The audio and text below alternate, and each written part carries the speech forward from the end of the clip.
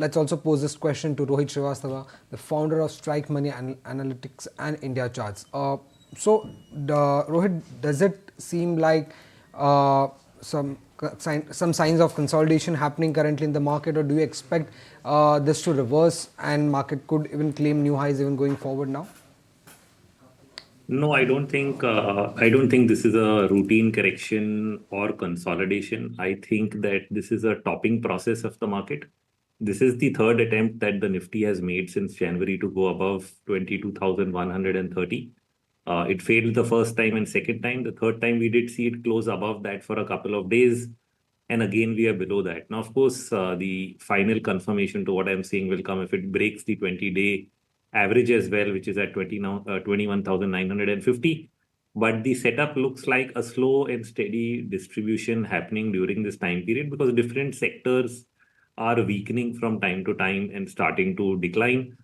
We have seen some sectors outperform during the 1.5 month period. But I think that has not really led to the Nifty taking off, which is basically a sign that these are last flash rallies, blow-off rallies in individual segments that are happening, which once complete should lead to a much more prolonged corrective phase or correction in the market, which has not happened in quite a while. So that is what we are looking for, is something which is a little more reasonable in terms of correction. Not much of an excitement that you're expecting, at least from the next series, that is the March series? No, I don't think so, because we've seen 2 months of strong upticks. Positioning is very, very high. If you've actually looked at the futures open interest, it touched 4,08,000 crores. That is the total stock and index futures combined yesterday. That's almost 18 times the value of the index. Now, when is the last time we had 18 times the value of the index in stock and index futures? The answer is somewhere between December and Jan of 2008. So that's the significance of how much position people have taken. In fact, almost 50,000 crores of that just got added in the last 1 month. So this is a huge, this is one of probably the largest futures expiry that we are seeing, happening right now, which is probably one of the reasons why there is some pressure, because there's a very huge rollover that has to happen, and we'll see how that goes. But the very size of the positioning is a risk to the market itself.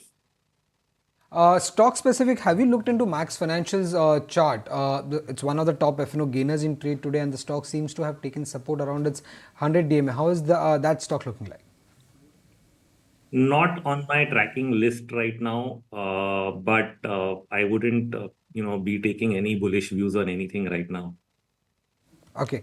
And sector specific, what we are seeing today is that real estate sector, which has been one of the star performers of 2023 and of late also in 2024, the index has been running on the higher side, is now the top loser. In fact, it's down around 2.5%. How is that sector looking like? How's that index looking like? Not very great, I would say. It has had a good run, but we are in, I think, we should have ended come close to ending the rally in reality stocks as well. It may not be the weakest sector, though for today it may be weak. I think the, place people should look for weaknesses, where has been the maximum weakness on a 1 month and a 1 week basis. And that would slightly point you to slightly different sectors. For example, on a 1 month basis, it's media and FMCG.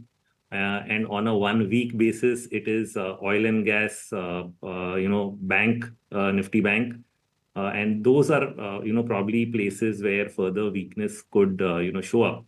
So we'll have to really focus on, those segments. But reality, as you mentioned, it does look like the best should be done for this current move. The IT sector, it has been bucking the trend today. Would you rather be stock specific when it comes to the IT sector, or are you bullish on the IT sector? No, we are not. Slightly more medium term, I wouldn't be very bullish on IT stocks right now. So you notice that even though IT stocks have come up, they are still below the high that they made in 2022.